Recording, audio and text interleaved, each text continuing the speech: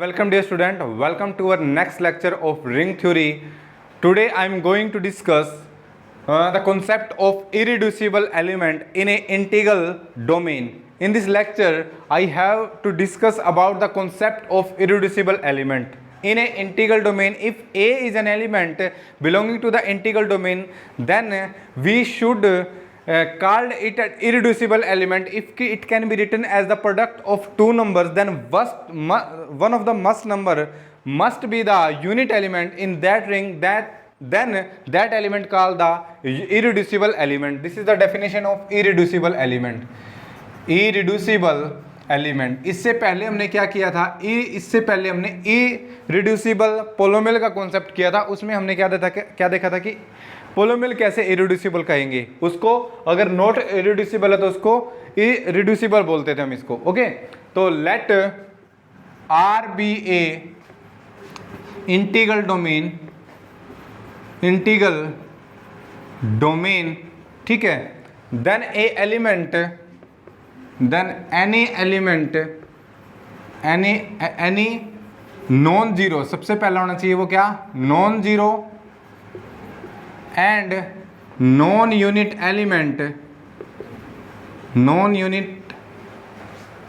Element of are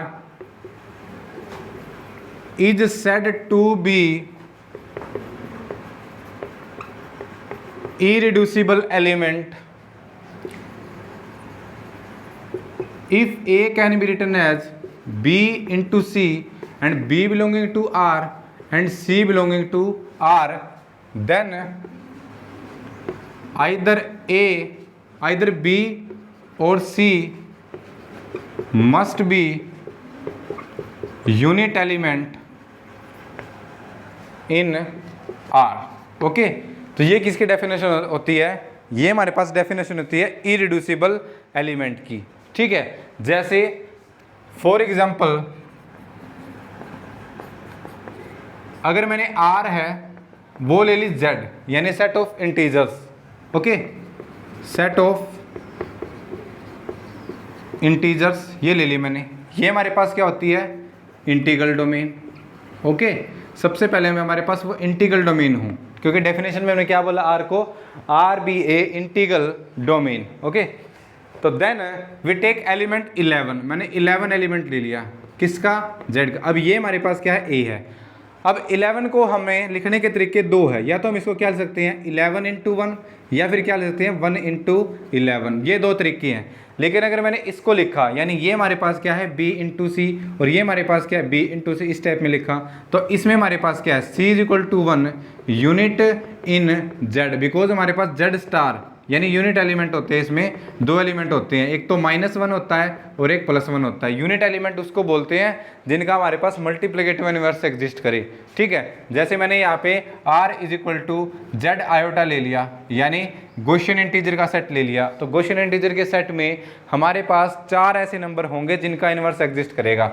यानी अगर मैंने Z iota star find out करना है तो इसमें 4 एलिमेंट आएंगे, 1 -1 आयोटा और माइनस आयोटा. ठीक है, सिमिलरली इसमें हमारे पास C इज इक्वल टू 1 क्या हो जाएगा, यूनिट. और इसमें करेंगे तो इसमें B इज इक्वल टू 1 क्या हो जाएगा, unit in Z. And by the definition of irreducible element this implies that 11 is irreducible element. ठीक है, एलिमेंट इन Z. तो इसमें हमारे पास ये क्या हो जाएगा, इरिड्यूसिबल एलिमेंट हो जाएगा. सिमिलरली अगर मैंने A की जगह यहाँ पे 5 लिया होता, 5 बिलोंगिंग टू Z, तो यहाँ पे 5 भी हमारे पास क्या हो जाता, इरिड्यूसिबल एलिमेंट हो जाता.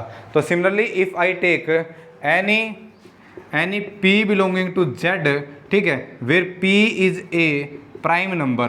ठीक है, ये हमारे पास क्या है, एक प्राइम नंबर है.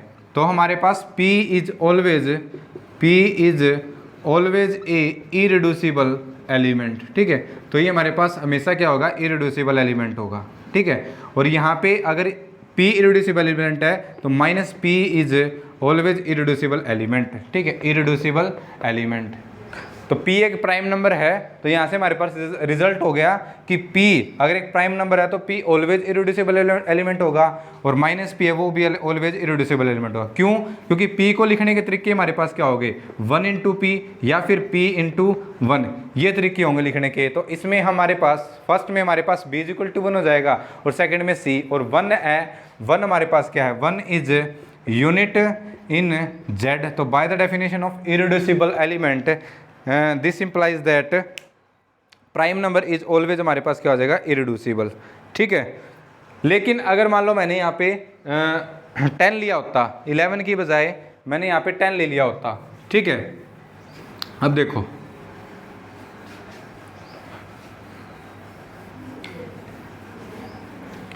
If I take a is equal to 10 belonging to z। अब 10 को हम कैसे लिख सकते हैं, 10 को अगर देखो हम ऐसे लिख सकते हैं 10 इंटू 1, इसको 1 इंटू 10, इसको लेकिन 2 इंटू 5 भी तो लिख सकते हैं। तो मैंने लिख दिया 10 को 2 इंटू 5, ठीक है, ब्रेक करके लिख दिया। तो इसमें हमारे पास ये क्या हो जाएगा, b इंटू सी। तो b की वैल्यू कितनी हो जाएगी 2, और c की वैल्यू कितनी हो जाएगी 5। बट नाइदर 2 और नॉर 5, ठीक है, इज यूनिट इन z। ठीक है, बिकॉज z में हमारे पास 2 यूनिट एलिमेंट होते हैं, ना 2 यूनिट है ना 5 यूनिट है। This implies that 10 is not irreducible element, ठीक है, इन z। या फिर आप 10 को क्या बोल सकते हो, रिड्यूसिबल एलिमेंट। ठीक है, रिड्यूसिबल एलिमेंट, अगर वो इरेड्यूसिबल नहीं है तो वो क्या है, रिड्यूसिबल एलिमेंट है। तो यहाँ से हमने देखा कि every composite number is reducible and every prime और negative of prime is always irreducible element in z।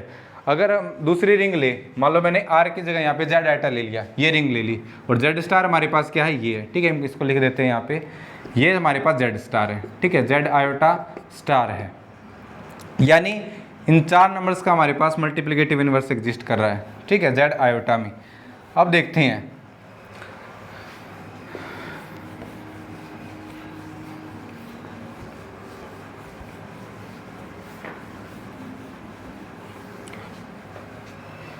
Now r is equal to z iota. ठीक है, सेट ऑफ गॉसियन इंटीजर्स। ठीक है, इसमें मैंने ले लिया सबसे पहले 1 plus iota. a is equal to 1 plus iota is irreducible element in z iota. We have to check, ठीक है, कि इरेड्यूसिबल एलिमेंट है या नहीं है। अब देखो इसका जो एलिमेंट है वो किस टाइप का होगा, x plus iota y type का होगा। किसका, z आयोटा का, such that x comma y belonging to z। तो मान लो मैंने इसको लिख दिया, ठीक है, इसको मैंने लिख दिया 1 प्लस आयोटा, इसको मैंने लिख दिया a प्लस आयोटा b, ठीक है, into c plus iota d। 2 number के प्रोडक्ट में लिख दिया। चेक करने का तरीका मैं आपको बता रहा हूँ, such that a comma b comma c comma d belonging to the set of integers. ठीक है, ये हमारे पास इंटीजर्स होंगे। यहाँ से मैंने इसको इक्वेशन 1 बोल दिया। अब मैं क्या करूँगा, कंजुगेट करेंगे इस इक्वेशन 1 का। तो यहाँ से हमारे पास क्या हो जाएगा, 1 minus iota is equal to a minus iota b into C minus iota d। ये हमारे पास इक्वेशन क्या हो गई, 2 हो गई। अब इक्वेशन 1 को और 2 को हम क्या कर देंगे, मल्टीप्लाई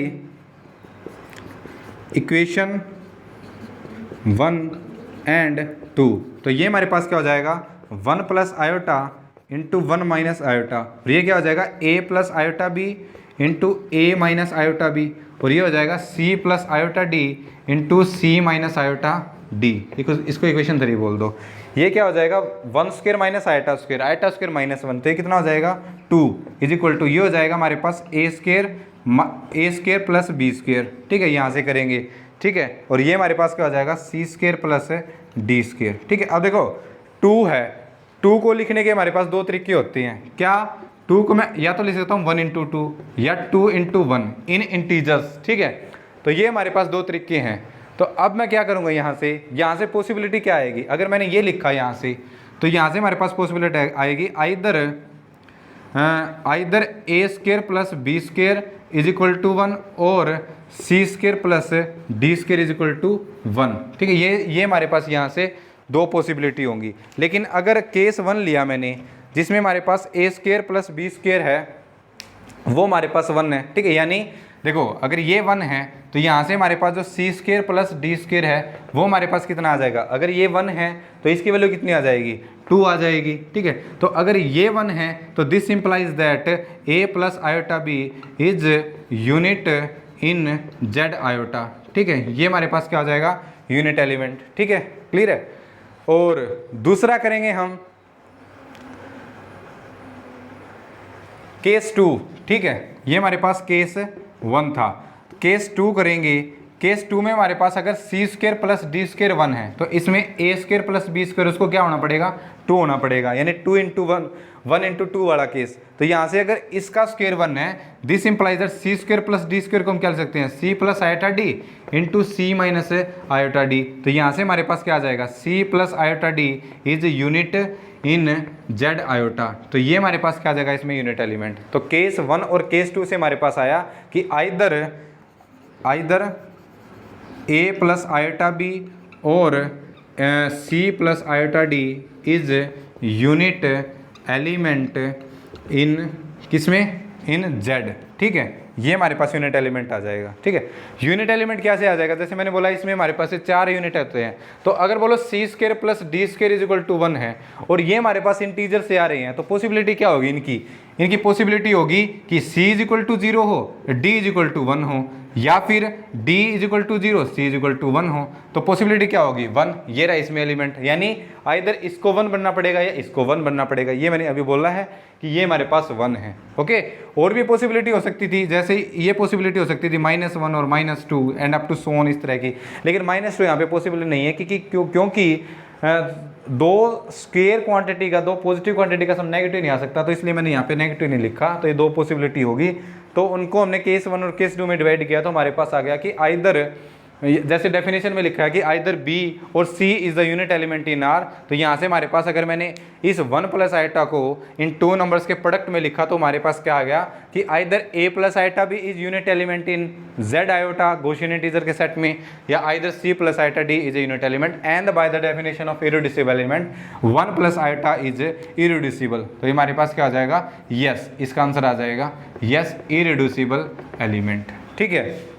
सिमिलरली अगर मैं तुमसे 1 माइनस आयोटा पूछता, यहाँ से अगर मैंने यहाँ पे 1 माइनस आयोटा लिख दिया तो 1 माइनस आयोटा को हम भी ऐसे लिखते, तो यहाँ पे कंजुगेट करते, यहाँ पे प्लस हो जाता है, यहाँ पे 2 हो जाता है, and up to so on same concept से 1 माइनस आयोटा भी हमारे पास क्या आ जाता, इरेड्यूसिबल एलिमेंट हो जाता, ठीक है। सो ऐसे हम इरेड्यूसिबल एलिमेंट चेक करते हैं, ठीक है। अब जेड आयोटा में ही नेक्स्ट मैंने मान लो ये ले लिया, गॉसियन इंटीजर के सेट में कुछ और एलिमेंट करते हैं और फिर उसके बाद कंक्लूजन पे जाएंगे, यानी कंक्लूजन मतलब रिजल्ट्स पे जाएंगे। हम डायरेक्टली नंबर्स को देख के बता देंगे कि अगर इसका number a plus iota b का है तो वो इरेड्यूसिबल होगा या नहीं होगा। उससे पहले हम कुछ इल्यूस्ट्रेशन कर रहे हैं, ठीक है। तो मैंने नेक्स्ट एग्जांपल ले लिया कि if I take alpha is equal या a इज इक्वल टू 2, ये एलिमेंट ले लिया मैंने, ठीक है। अब तुम्हें पता है कि 1 प्लस आयोटा और 1 माइनस आयोटा है, इसकी मल्टीप्लाई कितनी होती है, 2 होती है, ठीक है। तो मैं इसको 2 को उनके एक प्रोडक्ट में लिख सकता हूँ, ठीक है। I can write 2 as a 1 plus iota into 1 minus iota. लेकिन मैंने अभी लिखा जो जेड स्टार है, जेड स्टार आयोटा है, उसमें 4 एलिमेंट होंगे, 1 -1 आयोटा माइनस आयोटा, ठीक है। लेकिन ना ये यूनिट एलिमेंट है ना ये यूनिट एलिमेंट है। 2 को हमने ऐसे लिख दिया, but neither 1 plus iota NOR 1 minus iota is unit element in Z iota, and hence this implies that 2 is not irreducible element. तो ये हमारे पास क्या नहीं होगा, इरिड्यूसिबल एलिमेंट नहीं होगा। ठीक है। सिमिलरली अगर मैंने ए को 5 ले लिया होता, ठीक है, तो 5 को चेक करना था मैंने, तो 5 को चेक करेंगे तो 5 को हम क्या ले सकते हैं 2 plus iota into 2 minus iota, but neither 2 plus iota NOR 2 minus iota is unit element in Z iota, and this implies that 5 is also irreducible element. तो ये हमारे पास क्या हो जाएगा, नॉट इरिड्यूसिबल एलिमेंट। ठीक है, नॉट इरिड्यूसिबल एलिमेंट। ठीक है, तो ये हमने 5 को चेक किया। ओके, सिमिलरली मैं 3 को ले सकता था। ठीक है, देखो इसको तो हमारे पास लिखने का तरीका ये हो गया। ठीक है, अगर मैंने यहाँ पे 3 ले लिया, मान लो 3 को इससे प्रीवियस जो हमारा मेथड था उससे चेक करने वाले हैं, उसमें हमारे पास 3 केस हो सकते हैं। क्या? क्योंकि हमारे पास a is equal to 3 belonging to z iota, तो मैंने 3 को लिख लिया a plus iota b into c plus iota d. ठीक है, ये मैंने लिख लिया दोनों तरफ। इसको मैंने इक्वेशन 1 बोल दी और साथ में ये बोल दिया कि a b c d है वो z से बिलोंग करते हैं, मतलब ये क्या है, इंटीजर्स हैं। ये बात हम यूज करेंगे इसमें। तो अब यहाँ से अगर मैं दोनों तरफ स्केयर करूं या फिर दोनों तरफ मैंने कंजुगेट किया, तो 3 is equal to a minus iota b into C minus iota d.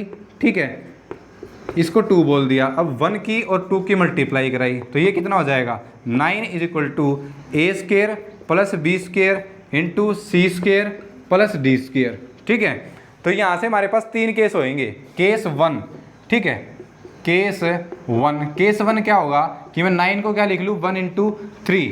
ठीक है, ये तरीका हो सकता है। तो मैंने 9 को 1 इंटू 3 लिखा, तो यहाँ से हमारे पास क्या आ जाएगा, this implies that a square plus b square is equal to 1 and c square plus d square is equal to 3। ये पॉसिबिलिटी होगी। And this implies that if a square plus b square is equal to 1, this implies that a plus iota B is unit in Z iota. तो ये इसमें क्या आ जाएगा, unit element आ जाएगा। फिर केस 2 मैंने ले लिया कि ए 9 को लिख दिया मैंने 3 इंटू 1, तो इसमें हो जाएगा ए स्क्र प्लस बी स्क्र, उसकी वैल्यू तो हो जाएगी 3, और सी स्क्र प्लस डी स्क्र, उसकी वैल्यू कितनी हो जाएगी 1, और इसकी वैल्यू 1 हो जाएगी। This implies that c plus iota D is unit element in Z iota. ठीक है, और थर्ड केस क्या हो सकता है इसमें, थर्ड केस ये हो सकता है कि आप 9 को 3 इंटू 3 लिख लो, यानी simultaneously a square plus b square is equal to 3 and c square plus d square is equal to 3, but this is not possible in Z iota, because अगर ए बी सी डी अगर integers हैं तो किन्हीं 2 number का integers का square 3 नहीं आ सकता यहाँ से। ठीक है, तो this is not possible in Z iota, तो ये हमारे पास केस यहाँ से डिलीट हो जाएगा। और केस 1 बाय केस 1 एंड 2 से हमारे पास पॉसिबिलिटी आ जाएगी कि either A plus iota B is unit और सी plus iota D is unit in Z iota, and hence this implies that 3 is unit. ठीक है, 3 इज इरिड्यूसिबल एलिमेंट। ठीक है, तो ये हमारे पास क्या आ जाएगा, इरिड्यूसिबल एलिमेंट इन। ठीक है, तो ये हमारे पास क्या आ जाएगा, irreducible element in Z iota. तो यहाँ से हम रिजल्ट लिख लेते हैं डायरेक्ट। रिजल्ट क्या होंगे,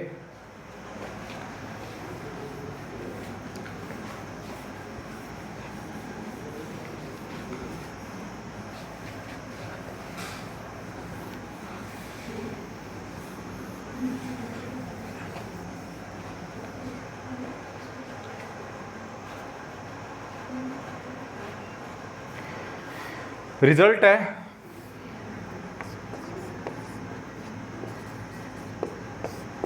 फर्स्ट कि if x is equal to a plus iota b belonging to z iota be any element and such that a is not equal to 0 and b is not equal to 0 and if a square plus b square is equal to p, where p is a prime number, p is a prime number, where p is a prime number, then x is equal to a plus iota b is always irreducible element in Z iota. ठीक है, तो Z iota में always क्या होगा, irreducible element होगा। ठीक है, दूसरा कि देखो इसमें हमने केस हटा दिया कि a नॉट इक्वल टू 0 और b नॉट इक्वल टू 0। अब हम ये केस लेके चलते हैं कि if x is equal to a plus iota b belonging to z iota and either a is equal to 0 और b is equal to 0, then यहाँ से अगर x का मोड अगर p है और p हमारे पास क्या है, p is a prime number, p is a prime number, then x is equal to a plus iota b is a is irreducible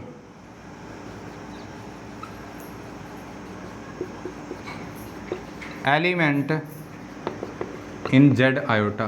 ठीक है, ये सेकंड रिजल्ट है। ठीक है, जैसे मैंने ले लिया alpha is equal to x is equal to 3 plus iota ले लिया यहाँ से, तो इसमें a की वैल्यू कितनी है 3, b की वैल्यू कितनी है 1, तो यहाँ से अगर मैंने a square plus b square किया तो ये जाएगा 3 का स्क्र प्लस 1, तो कितना आ जाएगा 10।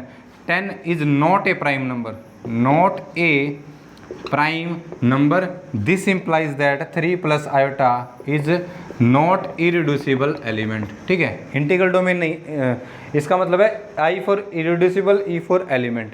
ठीक है, अगर मैंने x को ये ले लिया होता, ठीक है 2 प्लस आयोटा ले लिया, ठीक है, तो यहाँ से करेंगे मैं a की वैल्यू 2 आ गई, b की वैल्यू 1 आ गई, तो a square plus b square किया तो ये जाएगा 2 का square plus 1, 4 plus 1 is equal to 5, और 5 हमारे पास क्या prime number, this implies that 2 plus iota is irreducible element, irreducible element in Z iota. ठीक है, तो इसमें क्या आ जाएगा इरिड्यूसिबल एलिमेंट। तो ये था हमारे पास केस फर्स्ट के एग्जांपल। और अगर मैंने ये ले लिया यहाँ से, देखो दूसरा,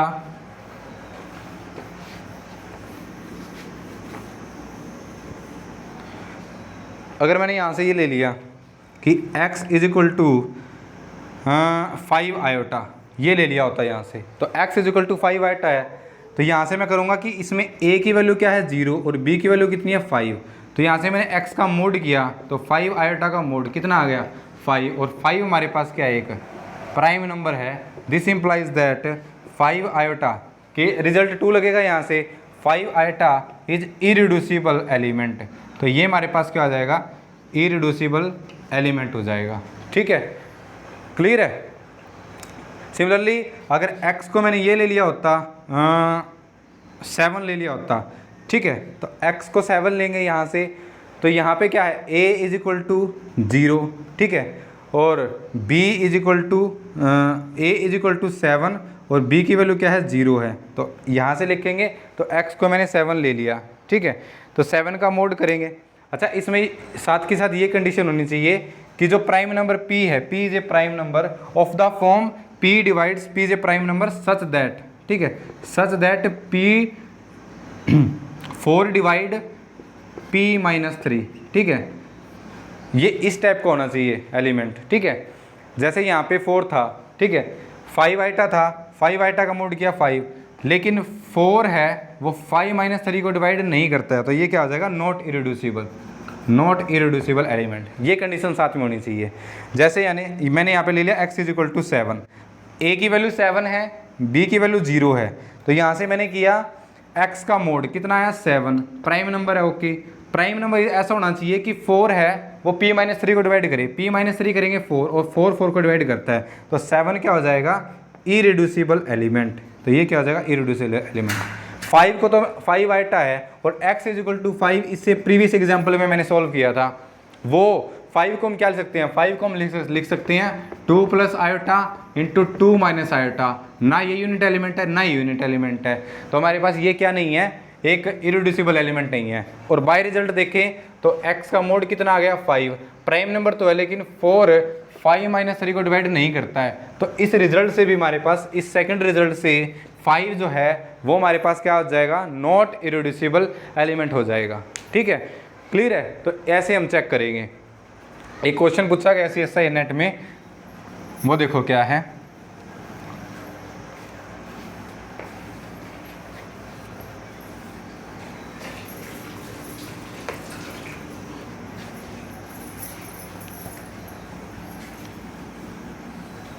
देखो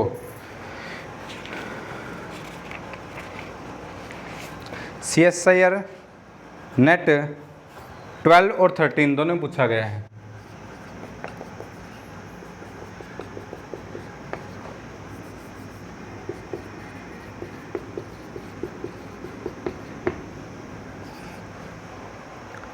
A इज इक्वल टू